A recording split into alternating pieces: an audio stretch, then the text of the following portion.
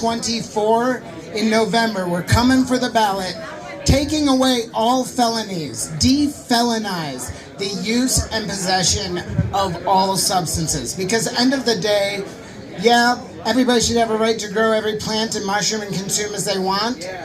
But laws that tell us we can't have cognitive liberty and bodily autonomy and treat our bodies without harming someone else, however the hell we want to feel comfortable in this life, don't work. Those people do not need to go to prison. We do not need to be locking people up. We do not need to be creating this division and a war on our people. So, Michigan Initiative for Community Healing, what is that? It's dealing with the trauma and the bullshit we've all got. Whether it's, some drug charges or, dealing with, I've got some sexual trauma in my history that, mushrooms taught me a lot. Taught me how to, face that instead of run from it and deal with it in drugs. And, I've got some problematic substance use in my history. Mushrooms helped me with that. But if you come over and visit our table, you'll see there's also some cacti on the table. Everybody wants to talk about decrim mushrooms. We've all had mushrooms at this point. Well, what about cacti? Well, see, peyote has been used for thousands of years, but it's endangered now. It takes 10 years, 15 years to grow a little button. You need several buttons for an experience. That's not sustainable. So over at our table, we have San Pedro cactus. Over here, there's some San Pedro for sale. Check that out. San Pedro is completely legal, contains the same things. And there's things we can extract the mescaline out if, it's too much plant matter for you. End of the day, if you've had a mushroom experience, cacti is what mushrooms are for your consciousness, for the brain. Cacti are for the heart. So let's start loving one another. Let's start healing together. Let's stop stigmatizing people because, he uses hard drugs. No, or they're an addict. No, let's meet people where they're at and provide them with the tools they need to do what they do with the least harms associated. So when we're talking about plants and mushrooms, that means the right to fucking grow that shit out of the fucking dirt, out of the manure, in your fucking home because Gaia gave us that gift. But when we're talking about other drugs, we're talking about drug checking equipment. The ability to take your bag of cocaine or ketamine or heroin or whatever substance you're doing and drop a reagent or 3 on it to make sure, hey, this is in fact an ecstasy pill that does not have fentanyl, whatever cuts or you may be worried about. The fact that we can get state funding to provide these harm reduction services and then be criminals for providing these very same harm reduction tools at the same time is a disconnect in our state. We are working to change that. So again, there's 3 pieces of law coming our way.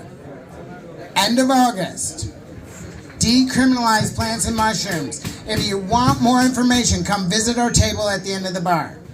Later this fall, an SSP harm reduction package, decriminalize paraphernalia. Again, come visit our table over here.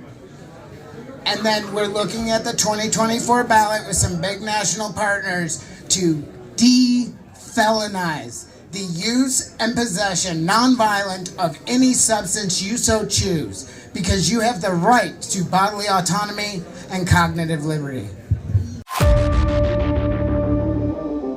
Continue to uplift this community and kind of, band together as a community because, we see that a lot of things in our lives are just not so stable. And, in this day and age, opportunity for, us common folk and opportunity for the next generation of farmers and the opportunity for, us to get together and have some fun and bring some vitality to the communities is very, very, very important. So my name is Chris and I'm the owner of Country Roots, and that's pretty much what my life is about, is trying to work with farmers and help farmers find sustainable pathways and keep their garden systems running strong.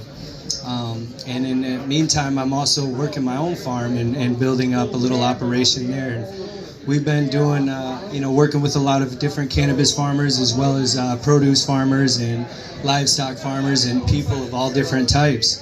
And it's been a great blessing. And, I've been very fortunate to be able to serve this community the way that we have. And so that is basically my message, that I want people to, continue to band together. I think there's a lot of great opportunity in the state of Michigan. I think there's a lot of beautiful character in the state of Michigan. And, it's been a great privilege for me to see all these different farmers and a lot of friends of mine build up their farms and, build up different home businesses and things like that. So, we want to continue to support that, and not only support it, we want to continue to build up the right to do this. I think that market opportunities is something that the state of Michigan can embrace. The cannabis farmers, they can get a bad rap from some of the farm community, but I truly believe that a lot of us can be the next generation of farmers, and that a lot of cannabis farmers even are looking to diversify in various ways and coming up with other crafts and creative endeavors and opportunities, and that's a beautiful thing, and it provides some rejuvenation to the state of Michigan and some new opportunities here for us. We're happy to help people, and if people are interested in learning some of these practices and dialing in, we got a whole community of regenerative farmers and different farmers trying to set up small operations to big operations to indoor spots to whatever. In this day and age, being creative is very, very important, and trying to figure out your budget and what all you're working with. And I'm specifically thinking of just the cannabis industry as a whole. It's just not quite as valuable as it used to be, and that is kind of a bummer. But there is still ways to keep it valuable, and we want to obviously support the small farmers, because that's what keeps the creativity in this field, and that's what keeps new things coming at us, new genetics, new projects, new ways to infuse things, other different types of events, and keeps the plant moving forward. And we'll keep finding different medicinal values and all that. So we're just at a fragile time with the market, and with big cannabis coming in and taking a hold and trying to drive a lot of the market down, it could run us right out. We've seen other markets, and there are other markets around the country that have been run out, and we don't want to see that for the state of Michigan. We gotta continue to stick together and show that we got a real positive thing going on here, and that people are doing more than just growing a plant. That we're providing medicine, and we're providing community, and also expanding as farmers and getting more opportunities in this farming industry, and providing for our communities. I think is a big part of it. So definitely want to continue to support that, and everybody being here, that's exactly what you're doing, is supporting that community. So thank you very much.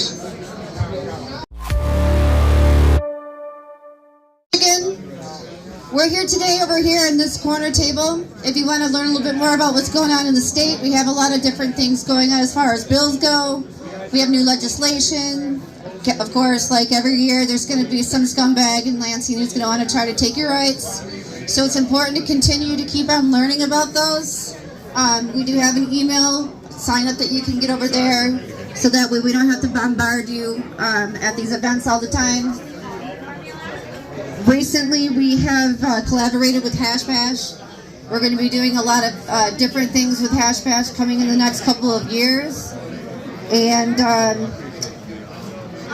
we are also going to end up having the Michigan Cannabis Harvest Rally in front of in Lansing. I believe it might be again in October, so we'll keep you updated on that.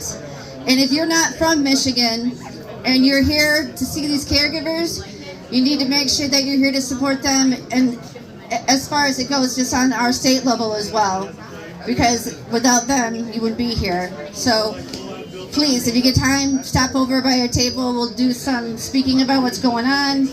You guys will learn a little bit something, and you can figure out how you can be a part of the solution. Thank you.